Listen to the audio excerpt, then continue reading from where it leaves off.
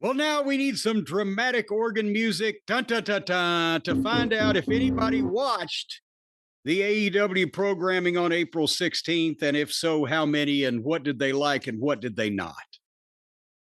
This is indeed what we need. Let's go to the ratings here. Let me find the ratings here. They were here. This Here is they are. indeed what we need. These ratings, AEW Dynamite on TBS, Wednesday, April 16th, 2025, 8 to 10:14 p.m. It was a big one. On average, watched by 624,000 viewers. Oops, they're going back down in their little range they've got. Is it 600? Is it 650? Is it 625 every week? And now they're right there in the middle of the pocket. They indeed are, and according to WrestleNomics, down 5% from last week, 659. Down 3% from the trailing 4-week average of 644. So let's now go to the quarterly numbers. Again, these were compiled by WrestleNomics. Not including Max. Not including Max, which obviously would put this in the millions, tens of millions. But Jim, here are the quarterly numbers. Again, compiled by WrestleNomics. Quarter 1, 8 to 8:15 p.m. Athena versus Mercedes Moné with picture-in-picture. 651,000 viewers. Oh boy. Okay. So we are going to have one of those shows where they start with just the faithful and they keep their audience for the most part. Because that is the lowest starting point that I can remember in the weeks and weeks and weeks that we've been doing this. And they're only 27,000 off their average. So they've got to be pretty constant through this whole thing. Yeah, and obviously it's well off the trend line of the last 90 days. But quarter What two, was last week's open? Was like 760 something or whatever. I don't remember off the top of my head, but quarter 2, 8:15, 8:30 p.m. The continuation of Athena versus Moné, the post-match with Timeless Tony Storm, Hangman Adam Page and the Elite's backstage angle, and an ad break. 629,000 viewers. Yeah. Last week was I know last week they didn't lose that badly either. We mentioned that they held up fairly well last week. This week they only lost 22,000 people, and that's almost never occurred in the course of a first quarter, second quarter loss. So they're on a good pace to have the few they have at the start stay with them. Well, we go to quarter 3, 8:30 to 8:45 p.m. Hangman Adam Page versus Josh Alexander with picture-in-picture. 561,000 viewers. Ouch. Okay. They're apparently going to have some people come back at this point. And that, you know, they give a guy that much time that nobody's ever seen and that they're just introducing. You know, it wasn't fair to him, but that's what happens. Well, we go now to quarter 4, 8:45 to 9 p.m.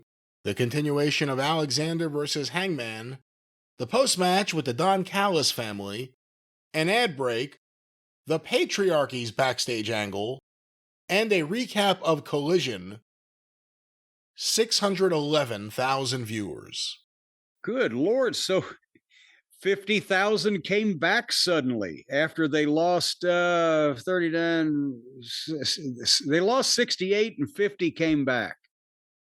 That's odd, but go ahead. Interesting enough, just because of the way of the graph here, right here between quarter 4 and quarter 5, which I'll tell you in a second, it intersects with the 90-day trend line. Like right here is where it equals out. Like this is where it would be. Quarter 5, 9 to 9:15 p.m., the big 9 o'clock hour, the Hurt Syndicate versus the Gates of Agony with picture-in-picture, and the post-match with MJF. 635,000 viewers.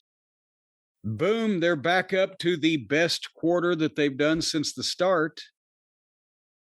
And the people saw, something going on there. Well, they saw more of that in quarter 6. 9:15 to 9:30 p.m., the continuation of the Hurt Syndicate MJF live angle, an ad break, the Hurt Syndicate backstage with the Hookers, and the start of Konosuke Takeshita versus Will Ospreay. 682,000 viewers. Good Lord. So there's another 47,000. That is their high. Have they ever had the high point of the show in quarter 6 before? They must have over 5 years, but I couldn't cite an example. It's also the high point in a key demo and a big spike from 217 to 274. People haven't given up on Osprey yet. You know, they're working on making them, but they haven't done it yet. Well, I think it's Osprey, but I also think it's a little bit of the Hurt Syndicate MJF stuff picking up steam. It went for a while, and all of a sudden there were women in there. So I think that contributed too. But we go That's now. one thing you don't see a lot of around the AEW bunch is women. We go now. They should do what Bischoff used to do and hire models to just sit in the audience and clap at nothing.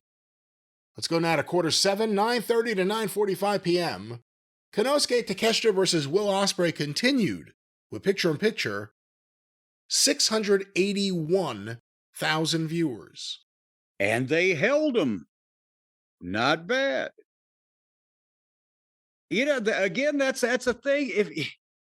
If you had somebody booking this fucking guy, Osprey, and giving him a direction, the people want to like him and they watch him on television.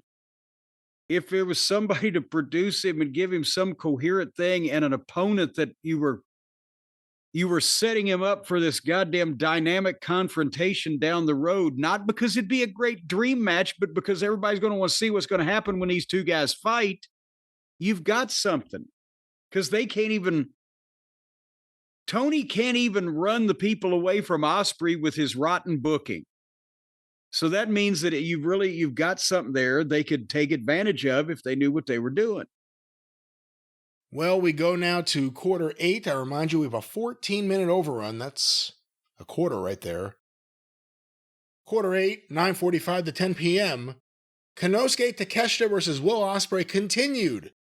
An ad break, and the start of the Death Riders versus Powerhouse Hobbs and the Ops. 599,000 viewers. 14-minute overrun. Continuation of that 6-man match. 565,000 viewers.